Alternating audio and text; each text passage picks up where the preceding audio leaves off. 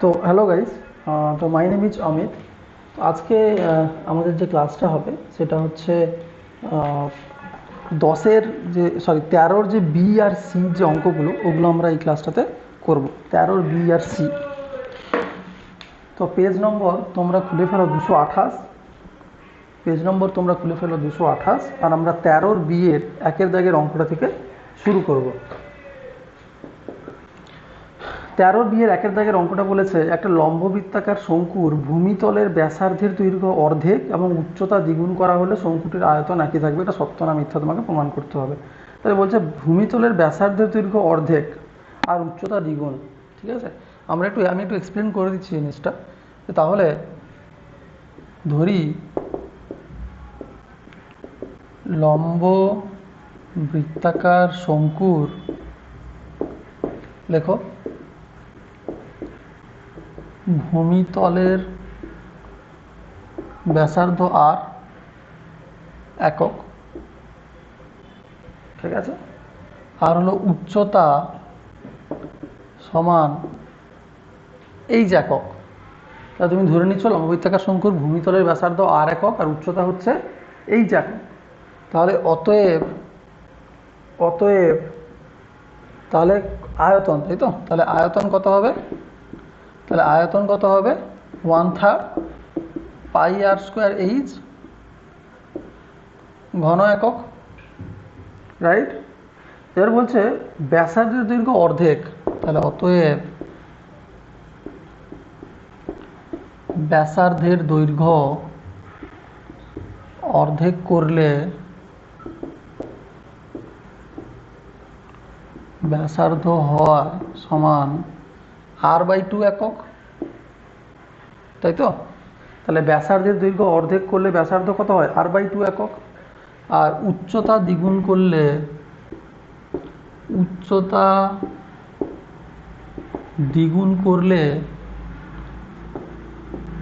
উচ্চতা হয় কত? প্রথম এইচ ছিল, তার সাথে 2 গুণ করলাম একক, সমান তুমি লিখবে 2h একক, কারেক্ট? তাহলে আয়তন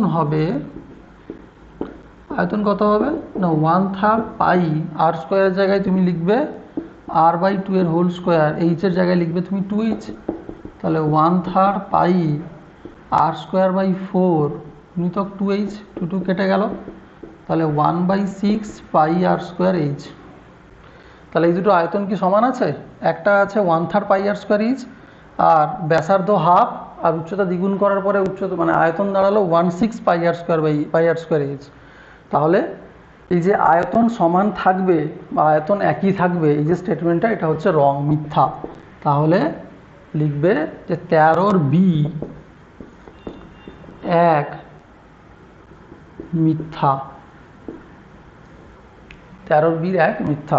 মিথ্যা মানে কি? আমি স্টেটমেন্টটা টুকলাম না, যে একটি লম্ববৃত্তাকার শঙ্কুর ভূমিতলের ব্যাসার্ধ দৈর্ঘ্য অর্ধেক এবং উচ্চতা দ্বিগুণ করা হলে শঙ্কুটির আয়তন একই থাকবে, এই কথাটা হচ্ছে মিথ্যা। এটা লিখে ফেলো, ঠিক আছে? ভিডিওটা পজ করে তোমরা টুকে নিও। এবারে আমরা 2 নম্বর অঙ্ক যাব, 13-র বি 2। ওকে, 13-র বি 2 নম্বর অঙ্কটা কি বলেছে দেখো, যে একটি লম্ববৃত্তাকার শঙ্কুর উচ্চতা, ব্যাসার্ধ এবং তির্যক উচ্চতা সর্বদাই একটা সমকোণী ত্রিভুজের বাহুত্রয়। তাহলে এটা যদি একটা লম্ববৃত্তাকার শঙ্কু হয়, এটা যদি একটা উচ্চতা হয়, তাহলে বলছে উচ্চতা, ব্যাসার্ধ আর তির্যক উচ্চতা সর্বদাই একটা সমকোণী ত্রিভুজের বাহুত্রয়। সত্যি কথা, এটা একটা সমকোণী ত্রিভুজ তৈরি হচ্ছে, তাই তো? তাহলে এই স্টেটমেন্টটা সত্য। তাহলে 13-র বির 2 কি লিখবে? লেখো, একটা লম্ববৃত্তাকার শঙ্কুর উচ্চতা, ব্যাসার্ধ এবং তির্যক উচ্চতা সর্বদা একটা সমকোণী ত্রিভুজের বাহুত্রয়। এটা তোমরা বইতে 13-র বি 2টা লেখো, যে লিখবে ওটা সত্য, এটা সত্য। ওকে,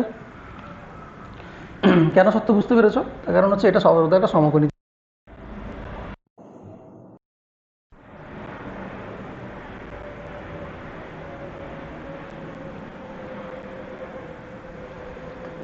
ওকে, তারপরে আমরা যাব 13-র সি।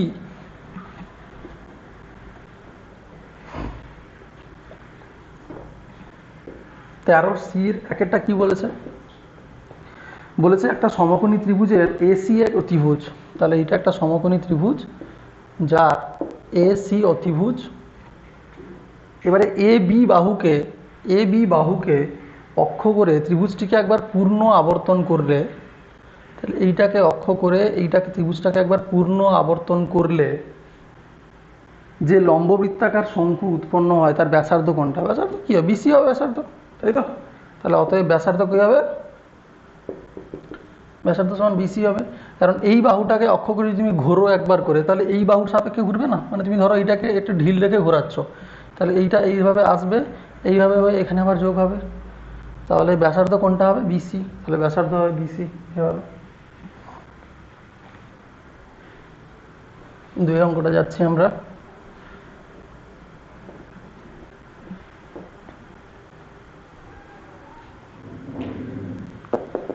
C2 যে একটা লম্ববৃত্তাকার শঙ্কুর আয়তন যদি V ঘন একক হয়, ভূমিতলের ক্ষেত্রফল A বর্গ একক হলে উচ্চতা কত? তাহলে লম্ববৃত্তাকার শঙ্কুর আয়তন সমান কত দিয়েছে? V ঘন একক, কারেক্ট। ভূমিতলের ক্ষেত্রফল কত দিয়েছে? ভূমিতলের ক্ষেত্রফল সমান A বর্গ একক, তাই তো? তাহলে বলছে উচ্চতা কত? তাহলে আমরা জানি আয়তন সমান 1/3 গুণিতক πr² মানে ভূমিতলের ক্ষেত্রফল। ভূমিতলের ক্ষেত্রফল গুণিতক উচ্চতা। ভূমিতলের ক্ষেত্রফল কত? πr², উচ্চতা হচ্ছে h। তাহলে আয়তন বসিয়ে দাও, V সমান 1/3, ভূমিতলের ক্ষেত্রফল কত? A, আর উচ্চতা ধরে নাও h। তাহলে অতএব h সমান 3V/A। তাহলে উচ্চতা কত হবে? তাহলে অতএব উচ্চতা হবে 3V/A। এটা হবে উত্তর। আমরা করে নাও 3V/A।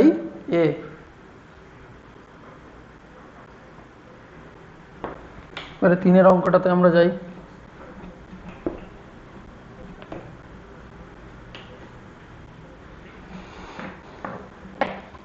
3-এর অঙ্কটা কি বলছে?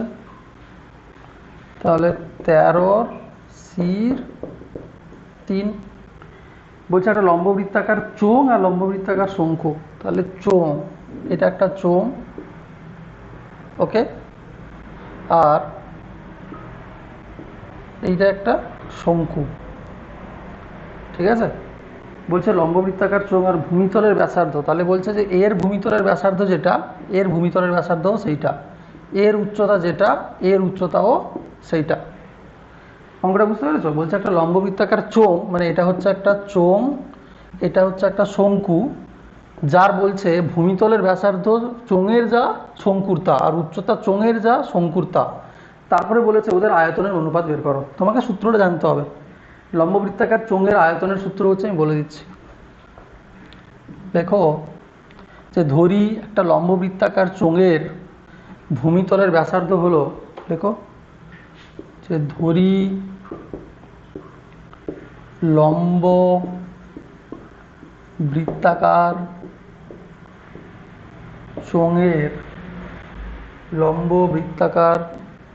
চোঙের ভূমিতলের ব্যাসার্ধ সমান r একক, ওকে। তারপর কি? উচ্চতা সমান h একক। তারপর লিখো যেহেতু লম্ব বৃত্তাকার শঙ্কুর ব্যাসার্ধ ও উচ্চতা চোঙের সমান, তাই দেখো শঙ্কুর ভূমিতলের ব্যাসার্ধ সমান r একক, উচ্চতা সমান h একক, ঠিক আছে। আমি জাস্ট লিখিয়ে করাচ্ছি, তোমরা যদি 1 নম্বরের কোশ্চেন আসে তো লেখার দরকার নেই, ঠিক আছে? লিখে ফেলো, আর দূর লিখে ফেলেছো। তারপরে লেখো দুটো আয়তনের সূত্র। তুমি তো শঙ্কুর সূত্রটা জানো, আমরা এতবার করলাম, 1/3 পাই আর স্কোয়ার এইচ। আর চোঙের সূত্রটা হচ্ছে শুধু পাই আর স্কোয়ার এইচ, এটা 1/3 হবে না, ঠিক আছে? এইটাই শুধুমাত্র ডিফারেন্স, আর কিচ্ছু না। তাহলে আমরা লিখে ফেলবো যে চোঙের আয়তন, চোঙের আয়তন সমান পাই আর স্কোয়ার এইচ ঘন একক, শঙ্কুর আয়তন সমান 1/3 পাই আর স্কোয়ার এইচ ঘন একক। তাহলে হবে, তাহলে লিখো আয়তনের অনুপাত, আয়তনের অনুপাত সমান pi r square H is to 1/3 pi r square H. তাহলে 1:1/3, তাহলে 3:1। এটা হবে অ্যান্সার, 3:1, ঠিক আছে? তাহলে পরের ক্লাসে আমরা 14 দাগের অঙ্কগুলো করব, 14th অঙ্কগুলো আমরা পরের ক্লাসে করব। এটা টুকে নাও।